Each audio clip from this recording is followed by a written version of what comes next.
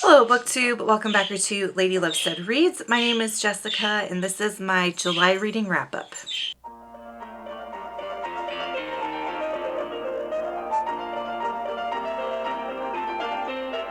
Please ignore this. It's just an allergic reaction to something. I'm fine, it's fine, don't stress about it. Let's start with stats. In July I read 10 books. 2 of them were from my physical library, 1 from KU, 3 were audiobooks, and 4 came from the library. 5 were young adult, 5 were adult. I read 4 fantasy, 1 horror, 1 literary, 2 thriller, 1 mystery, 1 nonfiction, and 1 romance. I'm looking down because I'm reading from my journal. In terms of ratings, I had 1 DNF, 4 2 stars, 4 3 stars, 1 4 star, and 0 5 stars. It was not a great reading month. The oldest book I read was published in 2011. The newest book I read was published in 2023. I read 1 translated work. 2 of the books were BIPOC authors, so 2 out of 10 for 20% of the books BIPOC authors. My average for the year then is about 41%, so a little below the 50% I like to keep it at, but I'll make up for it as the year goes on. Now, in terms of my goal of getting to 38% of my owned books read, I stayed at 28%. I did not move the needle at all in July because for the 2 books from my shelves that I read, I purchased 2 books. So I am making a headway on it though here in August. So stay tuned for the August wrap up and we'll see where we're at. As I go through my books, I like to play a game called MASH. This is a numbers game really popular in the 90s that would predict your future, stuff like who your partner is going to be, what kind of house you live in, what your job would be. So I focus on 4 areas. The first is your house, and for this, it's what atmosphere or setting would I want to be in from the book. The second is partner, which romantic partner would I want to have. The third is job, which job from the books would I want to have. And the fourth is friend or family group, meaning which friend or family group would I want to be a part of from the books that I read. I draw 4 books at a time out of this apothecary jar and we play MASH with them. I'm going to have 1 wild card for each round because I had 10 books. So let's just draw the first round. Side note, for wild cards, I can pick from any of the 4 categories. Twisted by Sarah Shepard. Hello Beautiful by Ann Napolitano. Carnal Urges by J.T. Geisinger. Ooh. Vampire Scones and Edmund Herondale by Cassandra Clare and Sarah Reese Brennan. Oh, I forgot to draw my wild card. What Really Happened in Peru by Cassandra Clare and Sarah Reese Brennan. So first, What Really Happened in Peru and Vampire Scones and Edmund Herondale, both by Cassandra Clare and Sarah Reese Brennan. These are novellas or short stories in the Infernal Devices / Cassandra Clare verse, and they are from the Bane Chronicles. And for both of these, I would pick setting because they are traveling around the world through different parts of history, and that sounds fun. So let's start with What Really Happened in Peru. This is about Bane, who is like one of the wizards in the Infernal Devices and the Cassandra Clare Shadowhunters universe, right? And I gave this novella short story 2 stars. I did not like how the plot worked out in this. Like, the characters were really cool. It felt more like a character sketch than anything. But the plot was really like ambling and pointless. Like, there was no point to this story other than to just have some funny little moments with some quirky characters. Really, really did not enjoy this. But I'm hoping that when I finally get to reading the actual books in the Shadowhunters universe, not just the novellas and short stories, that maybe there will be some tie-ins that make having read that story worth my time. So I gave, yeah, What Really Happened in Peru 2 stars.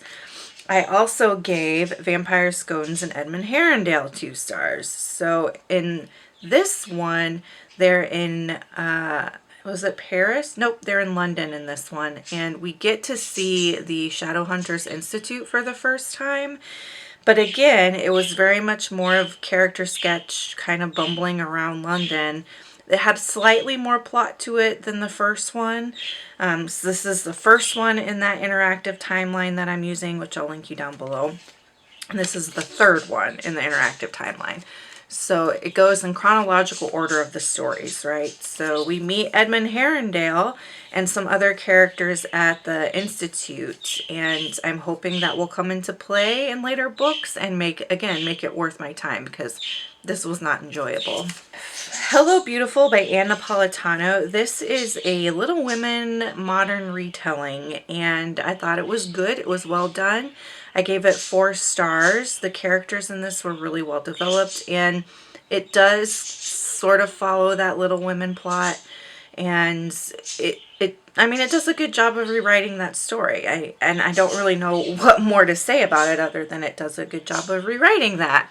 It's set in the like 80s and 90s and early 2000s, which was very nostalgic for me because I grew up in that era. And so I really liked all those references, and I almost grew up in the Chicago area. I didn't live there permanently, but I spent enough time there to basically say, yeah, I grew up in Chicago in the 90s. And so it was really fun to see all the references to Chicago at that time period, and like the Chicago Bulls and Michael Jordan and all of that. So it was a very, very nostalgic read for me, and I liked that about it, but that's more of like a personal subjective experience reading it, and I don't know that everybody's going to have that experience reading it. I mean, obviously everybody won't. So I don't know how much other people will like this. I think other people might find it really, really boring, to be perfectly honest with you.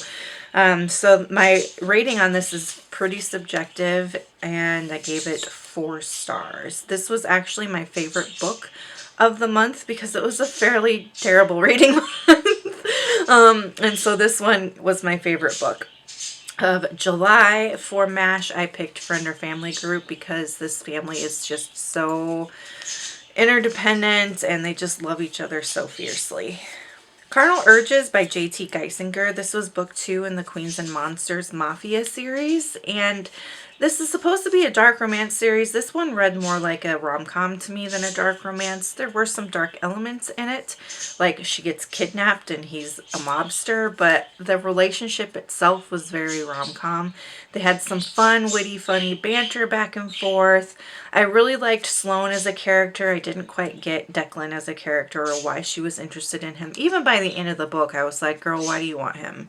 Like, she deserves so much better than him, to be perfectly honest. So I didn't really like the ship. I didn't like the relationship. It didn't make sense to me a whole lot.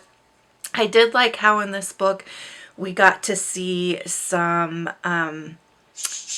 POVs from characters in the first book in the series, which I loved. I loved that first book. So we got to see some of Natalie and Cage in the second one, and that made me happy, and it made me like the book enough to give it 3 stars. I do think that if the end didn't have some really good plot points, because the end of this had some really good plot points that tied it together to the first book and made you start looking forward to the next book in the series, and all of it had to do more with like the mob movements and the what's happening with the mob and that part of the story, not so much about like the relationships or the romance. And I do think that if that hadn't been in this book, it would have been a 2-star read for me, but that bumped it up to a 3-star. For MASH, I picked Romantic Partner with Sloane. Declan, I don't see it with Declan, but Sloane is a really cool character. And that's who I'd pick for Romantic Partner out of these 5. Whew. It's slim pickings, to be honest. All right, and the last one for this round is Twisted by Sarah Shepard. This is book 9 in the Pretty Little Liars series. I had started reading this for a special vlog project, and for reasons that I'll talk about in a vlog, I'm scrapping all my vlog projects, and I'm just doing regular weekly vlogs. But anyway, I did attempt to read this for a specific vlog project, and it I mean, this is trashy fiction. It's popcorn lit. It's what you read if you don't want to think too much about it. So it's like a YA thriller, and it's the second generation of this series because everything with A wraps up nice and with a little bow on top in the first 8 books. And then it gets rebooted to where these girls have gone on a vacation in Jamaica. They're still in high school though, make that make sense. They go on a vacation in Jamaica and something happens there, and then they're kind of haunted by it going back to school. And this new A, whoever it is, knows what happened in Jamaica and is like bullying them about it. And so each of the girls gets their own sort of storyline through this. Their storylines are terrible. I think my favorite storyline in it was probably Emily. Probably Emily's storyline had the most intrigue for me in this. I like reading these because Pretty Little Liars is one of my favorite TV shows of all time. And so when I read the books, it feels like Pretty Little Liars fan fiction, not original source material, even though it is original source material. And, I gave it 3 stars.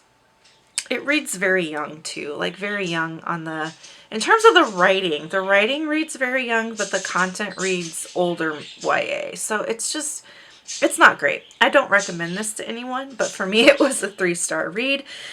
For MASH, I picked Job because one of the characters in here is a photographer. I've worked as a professional photographer before, and I could do that job. Wouldn't want to do anything else in this story.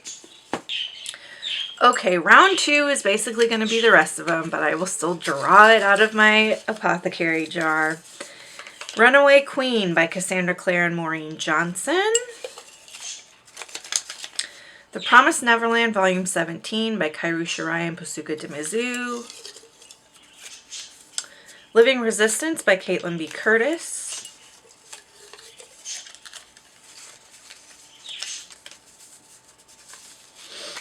With the Charm on Top by Samantha Silver. And The Last Guest by Tess Little. I think I'm going to do this a little bit differently for my wild card. I'm going to make my wild card the nonfiction that I read this month because it doesn't really fit. Like, there's no way to make a MASH make sense for this nonfiction. So the nonfiction that I read was Living Resistance by Caitlin B. Curtis. And this is an Indigenous look at how to live day by day, or something like that is what the subtitle is. And it's essentially just about how we can practice resistance in our day-to-day life and at these different levels. So she talks about it at like a personal level, and then like an individual level, at a relationship level, at a community level, and then at a global level, basically. And I mean, it was I think that for someone out there, this could have some value, but really all this does is summarize from other seminal works on the topic, and you would be better reading the references list of this book and going and reading those original works than reading this, because she just summarizes a bunch of those books that are actually really good on the topic, and the summary doesn't go into enough depth to really make an impact. And like, there's nothing new or added to the conversation in this book, and it just, I gave it 2 stars. I didn't like it, and like, I hate saying that I didn't like it because I love it when Indigenous authors can add something to the conversation on this topic, and I love having their voices heard. I love learning from those voices, but I didn't learn anything from her. And that's where the problem comes in, is I don't think that she added anything new or original to the conversation on resistance. So if you are steeped in this reading material already, if you've done a lot of reading on this already, I wouldn't recommend this. If you haven't, I wouldn't recommend this. I would recommend looking at the references list for this book and going and picking up those books instead. So I gave it 2 stars. The Last Guest by Tess Little. This is an adult thriller, and it's about it's like a Hollywood story. So this film director invites a bunch of people to this fancy dinner, and it's all people from different parts of his life. And he ends up dying, unaliving, and now they have to figure out like what happened to him. And oh, this was bad. I DNF'd it. I was like not invested at all in figuring out the mystery to this. And I'm pretty sure the only reason that I considered finishing it was because I'm pretty sure I figured out who did it super early on, and it was a really stupid twist. So I wanted to see if that's what the twist would have been. But then, and as I was thinking about it, I was like, well, even if it is that twist, it would tick me off and I'd hate the book anyway. So like, I DNF'd it.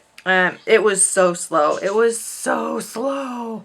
I felt like it was trying to be like an Agatha Christie, but it didn't have the same wit or eloquence in the writing to be able to be compared to an Agatha Christie. It just was really bad, and I don't recommend it.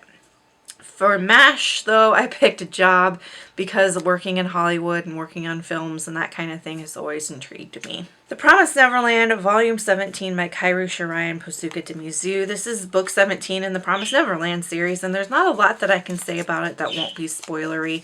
It is about a group of orphans at an orphanage who escape the orphanage into a dystopian hellscape.